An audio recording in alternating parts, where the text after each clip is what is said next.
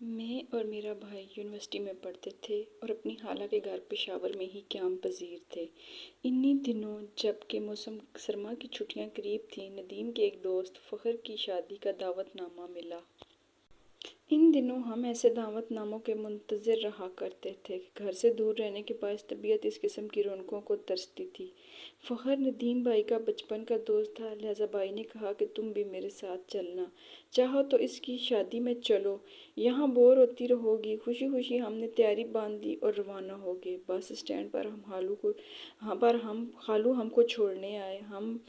ہم بس میں بیٹھے ہی تھے۔ خالہ کا فون آ گیا کہ وہ غسل خانے میں گر گئی تھیں اور کولے کی ہڈی پر سخت چوٹ آئی تھی۔ انہوں نے کہا کہ اگر بس روانہ نہیں ہوئی تو انم کو واپس لے آؤ، مجھے اس کی ضرورت ہے۔ خالہ اکیلی تھیں۔ خالو نے جب مجھے اور ندیم کو اس معاملے سے آگاہ کیا تو میں نے مناسب یہی جانا کہ ندیم بھائی کے ساتھ شادی میں جانے کی بجائے خالو کے ساتھ واپس ان کے گھر چلی جاؤں۔ شادی میں جانے سے زیادہ خالہ کی دیکھ بھال ضروری تھی، سو میں بس سے اتر گئی اور ندیم اکیلے ہی چلے گئے۔ تھوڑی دیر کے لیے بس میں بیٹھے تھے تو میں نے دیکھا تھا کہ میرے برابر والی سیٹ پر ایک شادی شدہ جوڑے کے ساتھ ایک نوجوان لڑکی بھی بیٹھی ہوئی تھی جو کچھ افسردہ لگتی تھی۔ تب میں نے بھائی سے کہا تھا، مجھے لگتا ہے یہ لڑکی کسی مصیبت میں ہے اور ان میاں بیوی کے ساتھ نہیں ہے جن کے برابر میں بیٹھی ہے، کیونکہ بار بار ادھر ادھر گھبرائی ہوئی نظروں سے دیکھ رہی ہے۔ تبھی ندیم نے کہا تھا، تم اس کی طرف مت دیکھو اور اپنے کام سے کام رکھو، اس کے بارے میں سوچنے کی ہم کو ضرورت نہیں ہے۔ ندیم بھائی سفر پر جا چکے تھے اور ہم کو ان کو گئے 2 روز بیت گئے تھے۔ میں تو سمجھ رہی تھی کہ وہ دوست کی شادی کو خوب انجوائے کر رہے ہیں، لیکن جب 4 روز گزرے اور ندیم بھائی نہیں لوٹے، نہ ہی ان کا فون آیا تو فکر ہوئی۔ خالو سے کہا، ذرا گھر فون تو کریں، کہیں بھائی امی سے ملنے تو نہیں چلے گئے۔ فون کیا، ندیم بھائی نے اٹھایا، بولے میں شادی اٹینڈ نہ کر سکا اور ادھر چلا آیا۔ معاملہ کچھ ایسا بن گیا تھا، آؤں گا تو بتاؤں گا۔ جب 2 روز بعد پشاور پہنچے تو یہ حال دیا کہ انم تم نے صحیح کہا تھا، وہ لڑکی جس کو تم نے مصیبت زدہ کہا تھا وہ واقعی مصیبت میں تھی۔ میرے لیے وہ مصیبت بن گئی تھی۔ دوست کی شادی میں نہ پہنچ پایا اور تھانے پہنچ گیا۔ کیسے بھیا، یہ ذرا تفصیل سے بتائیے نا، میں نے تشویش زدہ ہو کر پوچھا۔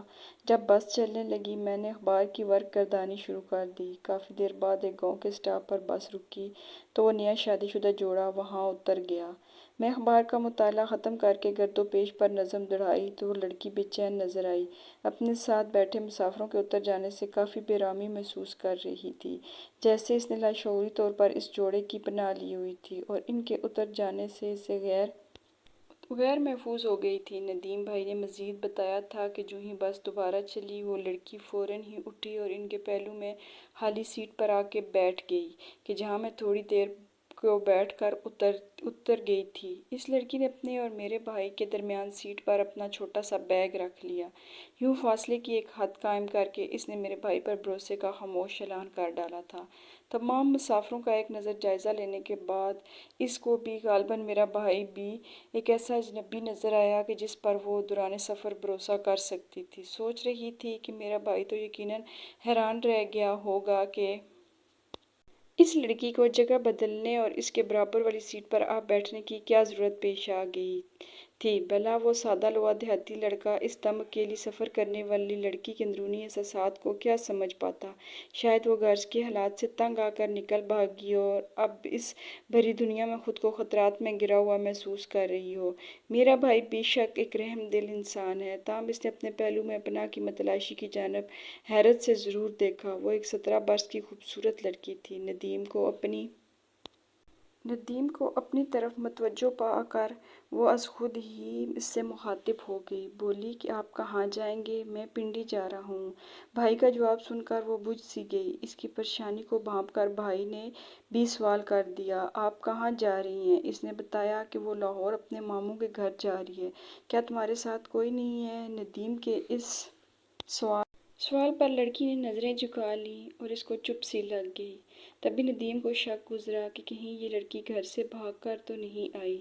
ابھی وہ اسی سوچ بچار میں تھا کہ لڑکی نے ہاتھ جوڑ دیے۔ وہ سمجھ گیا یہ مجھ سے رحم مانگ رہی ہے اور مدد چاہ رہی ہے۔ بس مسافروں سے بھری ہوئی تھی، لہٰذا وہ زبان سے اپنی مجبوری بیان کرنے سے قاصر تھی اور نہ حالات بتلا سکتی تھی۔ ندیم کو اس کی اس حرکت سے پسینہ آ گیا۔ وہ سوچ میں گم ہو گیا۔ تبھی ذہن کے دریچے ایک ایک کر کے کھلنے لگے۔ جو ہمدردی کے جذبات چند لمحوں پہلے ابھرے تھے وہ صابن کی جھاگ کی طرح بیٹھ گئے۔ ندیم بھائی نے سوچ لیا کہ میں اس لڑکی کے معاملے میں ہرگز نہ پڑوں گا، پرائی آگ میں کیوں جلوں۔ لیکن جب لڑکی کی آنکھوں سے ٹپ ٹپ آنسو بہنے لگے تو اپنی بہنوں کی صورتیں ندیم کی نظروں میں پھرنے لگیں۔ تب انہوں نے دوبارہ لڑکی کے چہرے پر ایک رحم بھری نگاہ ڈالی۔ دل میں ضمیر کی روشنی جل اٹھی۔ یہ ایسی روشنی تھی کہ جس میں نیکی اور بدی کے رستے صاف نظر آنے لگتے تھے۔ صاف ظاہر تھا کہ انسانوں سے بھری بس میں اچھے اور برے سبھی طرح کے لوگ تھے، لیکن اپنا کوئی نہ تھا۔ بس چلتی رہی۔ کچھ دیر تک ندیم اور لڑکی دونوں ہی ایک اذیت بھری خاموشی کے سمندر میں غوطہ زن رہے۔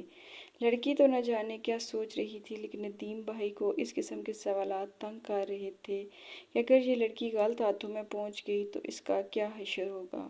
آخر یہ کیلی گھر سے نکلی ہی کیوں؟ کیا یہ سچ مچ ماموں کے گھر لاہور جا رہی ہے یا جھوٹ بولا ہے اس نے؟ ابھی وہ انہی سوچوں میں گم تھا کہ لڑکی نے خوفزدہ اور مدھم آواز میں کہا، بھائی جان، کیا ایسا ہو سکتا ہے کہ آپ میرے ساتھ لاہور چلیں اور مجھے میرے ماموں کے گھر پہنچا دیں؟ مجھ کو اکیلے جانے سے ڈر لگ رہا ہے۔ اگر آپ پنڈی میں اتر گئے تو وہ اکیلی رہ جاؤں گی۔ لڑکی کی التجا میں کچھ ایسی تاثیر تھی کہ ندیم نے فیصلہ کر لیا کہ وہ دوست کی شادی میں جانے کی بجائے اس لڑکی کو لاہور اس کے ماموں کے گھر پہنچائے گا، جس نے اسے بھائی جان کہہ کر اس کی حمیت کو پکارا تھا۔ ہاں، میں چلوں گا تمہارے ساتھ اور تم کو بحفاظت تمہارے ماموں کے گھر پہنچا دوں گا۔ ڈرو نہیں، مطمئن اور پرسکون ہو جاؤ۔ بھائی نے پنڈی تک کا ٹکٹ لیا تھا۔ جب بس پنڈی اور آگے لاہور تک کے ٹکٹ کی توثیق کی، درخواست کی۔ کاؤنٹر پر اچھا آدمی بیٹھا تھا۔ اس نے اسی بس کا آگے لاہور کا ٹکٹ بنا دیا۔ ٹکٹ بنوا کر ندیم دوبارہ اپنی سیٹ پر آ بیٹھا اور مشروب اور کھانے کی کچھ اشیاء جو ریپر میں پیک تھیں لڑکی کو لا کر دے دی۔ میرے بھائی کو علم نہ تھا کہ بس میں موجود دو افراد گہری نظروں سے اس لڑکی اور ندیم کا مشاہدہ کرتے آ رہے ہیں اور ان کی حرکات و سکنات پر نظر رکھے ہوئے ہیں۔ وہ دونوں حضرات ڈرائیور اور بس کنڈکٹر تھے۔ پنڈی سے دوبارہ لاہور کا ٹکٹ کرانے پر انہوں نے نوٹ کر لیا تھا